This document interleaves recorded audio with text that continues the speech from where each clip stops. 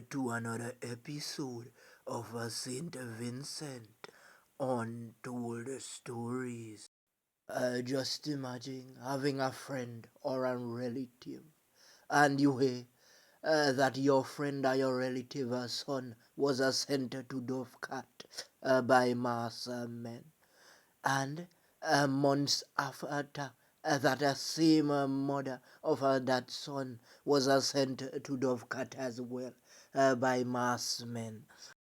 You see, at Untold Stories, we know one of Marilin's son very well. This is not only Untold Stories, this is a tribute to our friend. Please remember to hit the like button, the subscribe button, and the notification bell if you wish to see more videos like this one. I remember that long time ago. We used to journey up to Fancy, the last part of the island, where the bubble jet them plant up the green substance, and everyone was living good. One time we walked from Sandy Bay to Fancy, and as we got there, someone offered us a glass of her juice with a piece of her bread. And when we went up the hill, far right offered us some rice and some chunks in a calabash. For those who are new to the channel, a calabash is something that you make from a bowly tree. You know those bowly trees, yes man, with the wrong green thing and the white smelling thing inside with the seeds. You dig out those and you put the wrong thing to dry. Yes man, and you make it into a bowl. And the Rastafaris use that to eat ital because they don't want no form of meat in their calabash. You see, at the time, we were going up to the valley, where the Rastafari them plant hundreds and thousands of pounds of other substance. Because them time this thing swinging, man, money flowing. The man them coming from Lucia and Barbados to buy the green substance. So Bobo Jet gold chain big like a barrel cover, and I saw the man them free-handed. Yes, man. When we went up to one of the houses close to where the Chaco was, and Bobo Jed offered us some food again. But we thought that it was ital. We say, Bobo, we got it. Bobo say ital. But when we tasted the thing sweet like a beef, we say, Bobo, we say I eat meat. Bobo say I meat, a turtle. Me can't believe. Rastafari, I eat a turtle. But I came to realize that some Rastas ate fish and things from the sea like sea creatures. So we can't tell the far eye with it, but the thing did sweet. It's the first time I ever had a taste of that. But they don't eat it in St. Vincent anymore. They said the meat is going extinct. So no one can catch any turtles here for meat. Back then, everybody used to live good. Anytime a thing jump off, I just like a cuss here and there. You are hear expletives, about 1,000 expletives would unload. Neighbors and neighbors in a quarrel. But no one took up any machetes, no one took up any pow. Back then people used to live longer. Because even if you went to a rum shop, a man would just walk and go home and sleep it off.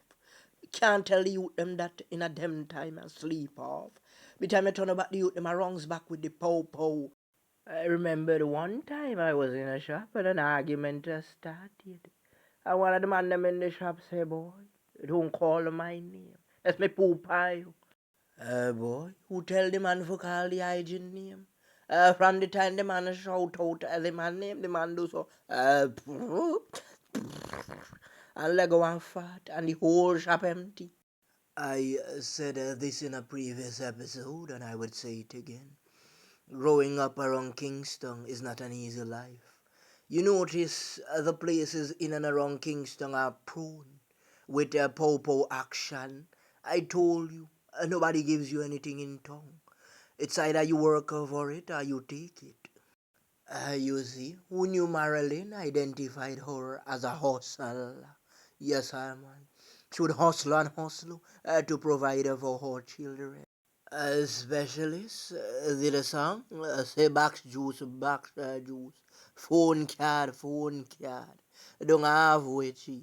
So Marilyn the muscle back in the time, you know. Sell food, sell drinks, sell liquor clothes here and there, fruits. There's nothing she did not do to provide. But you see, one thing about a ghetto woman is that they always keep themselves clean.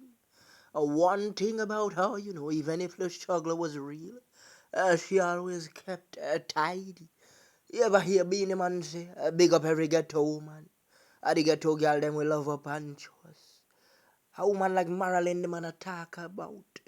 It no matter if them live in a one little boathouse, in this speakers, punk, everything a glitter. Sometimes you go in a some big house and everything in the dirty. Unless you step in a some boathouse, you see some like a $10 sheet pan bed. And them coulda go buy OT at finishing and furnishing and just them little chase it. Them little TV, them little fridge and thing that look like somebody too. Big up the ghetto girl, them will keep everything in order. You think you have to live in a wall house? For say a general? No, sir. Both house people are general too. If you go around the Caribbean like Antigua and Barbados, you see whole heap of boat house. And when you go in them, you ways, you're in our luxury castle. You want to see thing, ways from Syrian. You see, Marilyn had a son that took on the hustler's mentality, just like her. And he used to hustle and sell him like a fruit and thing. But sometimes you're the wrong some man and some of them are bad company. So, even if their names get called up in something, you the man them a come for. There's a saying says that you are known by the company you keep. But sometimes you tell yourself the man them cool and everything. But sometimes you don't know the kind of past the man them live. The kind of thing the man them do. Wet up people and all them things. So you have to understand. You have to know your surroundings. It is alleged that Marilyn's son was sent to Dovecat by mass men. Word on the street that he was not the main target. But they say if you can't catch Kwaku, you are going to catch him sh0t. And that's what the man them did. Well, the man them did a try do, a jar out them enemies. And all the stories we looked at the live with the funeral procession of Marilyn's son. Tears was flowing from her eyes. I tell you, family members were there. Other mothers were crying as well because one mother's pain is all mothers' pain. And one of the biggest pains in life is to lose a child that you carried for 9 months. It was so sad.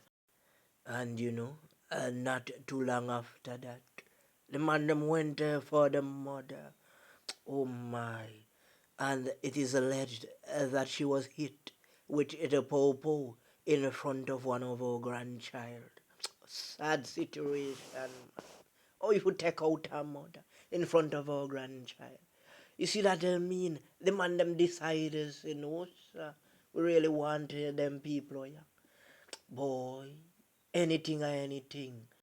As I said before, it is said that if you can't catch Kwaku, you catch him sh0t. But as a rude boy, as a bad boy as cheat, you for know the street code. Whether you're a hitter man for a hire, people don't send children and women to Dovecata, my friend. No, sir. The burdens are now on your shoulder. One thing people don't do, my friend, send women to Dovecat. That's a woman's strength. So that is what we reached to now, sending women to Dovecat. Uno could have sit down and reason out the situation.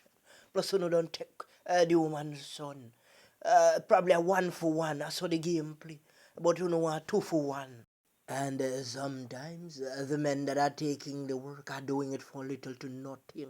Like $200, $300. By the time you don't buy and Clark's boots in a one star tool. I done that, I done.